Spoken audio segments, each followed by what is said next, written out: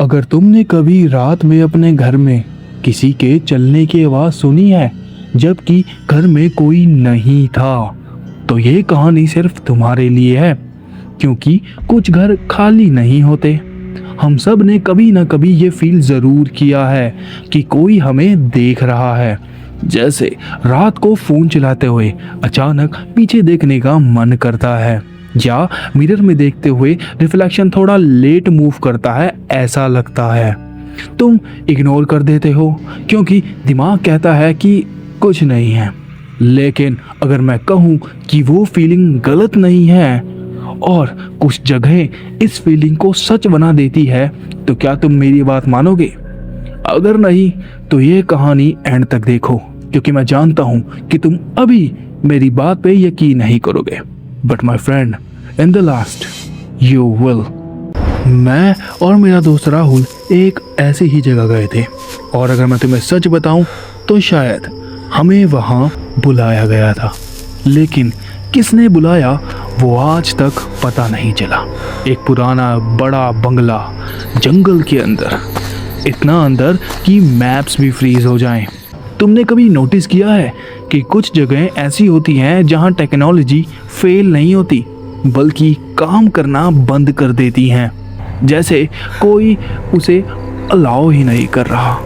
हमारा phone 100% battery पर था, फुल नेटवर्क, लेकिन स्क्रीन अपने आप ब्लिंक कर रही थी और 1 सेकंड के लिए एक इमेज फ्लैश हुई। वो वही बंगले की थी, लेकिन दरवाज़ा खुला हुआ था और अंदर कोई खड़ा था। फिर सब नॉर्मल, जैसे कुछ हुआ ही नहीं।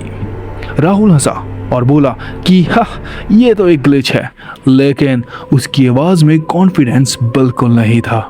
जब हम हवेली के पास पहुंचे तो हवेली का दरवाज़ा बंद था, लेकिन अंदर से कुछ खुरचने की आवाज़ें सुनाई दे रही थी और बाहर ऐसे निशान जैसे नाखून नहीं बल्कि हड्डियों से खुरचा गया हो, और कुछ जगहों पर खून नहीं था, बस काला सूखा पाउडर जैसा कुछ लगा हुआ था, जैसे खून जल गया हो।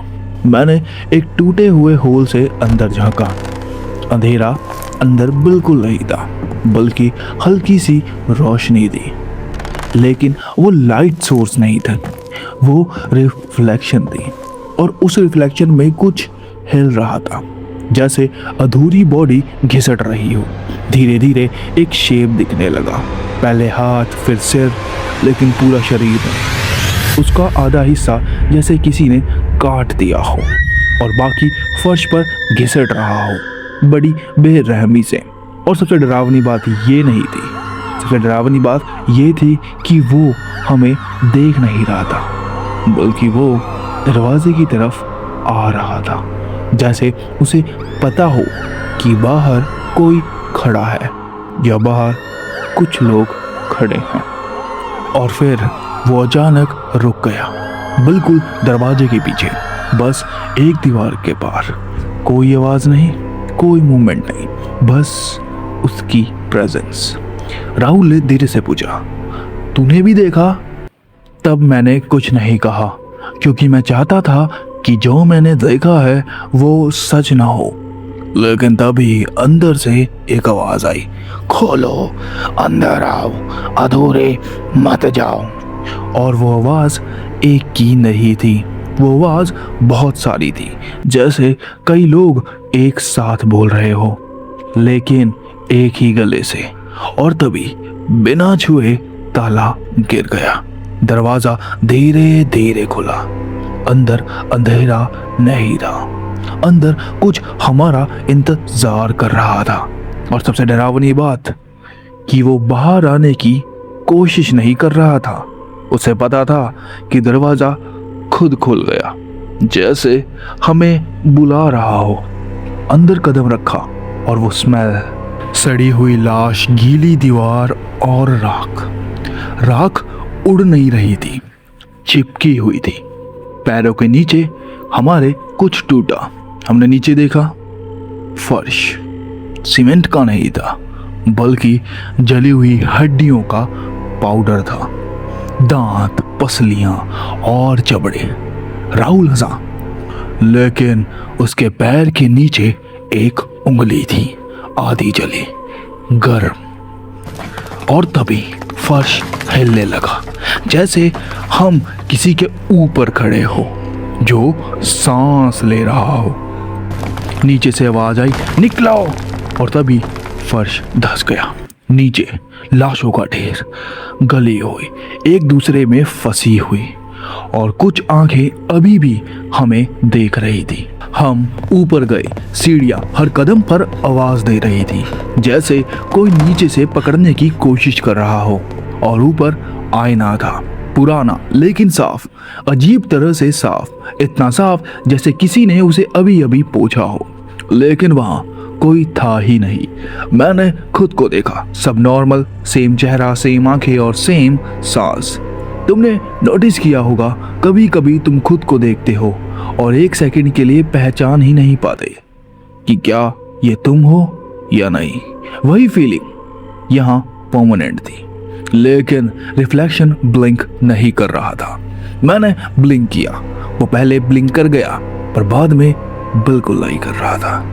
मेरे दिमाग ने कहा शायद टाइमिंग इशू है, लेकिन दिल ने कहा कि कुछ बहुत ज्यादा गलत है यहाँ। फिर मैंने जानबूझकर धीरे ब्लिंक किया। इस बार रिफ्लेक्शन ने ब्लिंक ही नहीं किया, बिल्कुल भी। अपनी जगह से मेरी पलकें हिली ही नहीं, और वहां राहुल फ्रीज हो गया था। उसकी सांसें रुक गई थी, आंखें फैल गई थी, और उसने कांपती हुई आवाज में मुझे बोला, तू पीछे देख, पीछे देख। मैंने पीछे देखा, कोई नहीं है, खाली कमरा, सिर्फ सड़ी हुई दीवारें। लेकिन आईने में मेरे पीछे कोई खड़ा था, और वो चीज हिल नहीं रही थी, बस हमें देख रही थी। उसका चेहरा पूरा नहीं था, जैसे कई चेहरे जोड़कर बनाया गया हो। एक आंख ऊपर और दूसरी नीचे, जबड़ा किसी और का, दांत अलग अलग साइज के, और कुछ हिस्से हिल रहे थे, जैसे अभी अभी जुड़ रहे हो, या कहो जुड़े हो।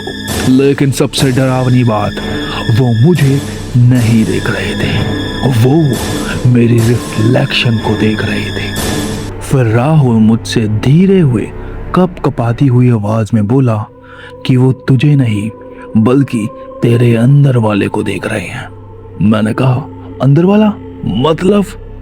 मैं बाहर हूं या मैं ही अंदर हूं? और तभी आईने के अंदर मेरा चेहरा धीरे धीरे बदलने लगा, आंखें अंदर धंसने लगी, स्किन काली पड़ने लगी, और मेरे होंठ फटकर, जी हाँ आपने सही सुना, फटकर अलग होने लगे। मैंने अपने चेहरे को छुआ, लेकिन रियल फेस बिल्कुल नॉर्मल था। मतलब आईना झूठ नहीं दिखा रहा था, बस वो भविष्य दिखा रहा था। आईने से एक आवाज आई। पहले वो एक लग रही थी, फिर अचानक बहुत सारी एक साथ आने लगी।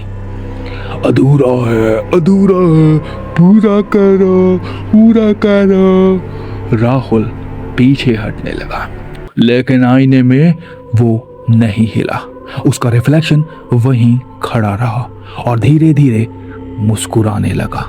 और फिर आईने में राहुल का रिफ्लेक्शन धीरे धीरे पीछे हटने लगा, जैसे कोई उसे बहुत जोर से खींच रहा हो। उसने आईने के अंदर हाथ मारना शुरू किया, चीखा, लेकिन आवाज नहीं आई। मैंने उसे पकड़ने की कोशिश की, लेकिन मेरा हाथ आईने के अंदर चला गया। अंदर बहुत ठंडी थी और कुछ मेरे हाथ को छू रहा था।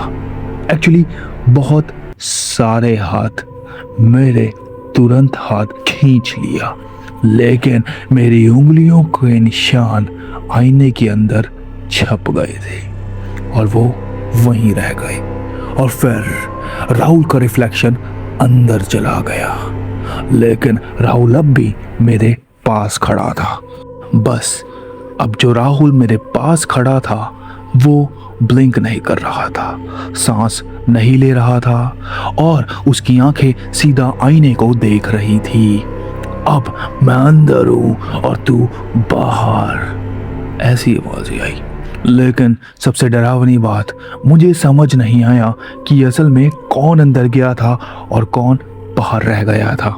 अचानक राहुल भागा और दरवाजा बंद। दीवार हिलने लगी और उसमें से एक हाथ निकला, जला हुआ, हड्डियां बाहर निकली हुई, मांस लटकता हुआ, और उसने राहुल को पकड़ लिया। उसकी चीख दीवारों से आ रही थी और फिर वो चीज बाहर आई। पूरा शरीर लाशों से जुड़ा हुआ था और हर हिस्सा किसी और का था। उसने राहुल की स्किन पकड़ी और खींच ली बड़ी बेरहमी से, और उस स्किन को भी दोबारा दीवार में जोड़ दिया। तब मुझे समझ आया, बहुत देर से लेकिन साफ, कि ये घर मारता नहीं है, ये घर जोड़ता है। मैंने दीवारों को देखा।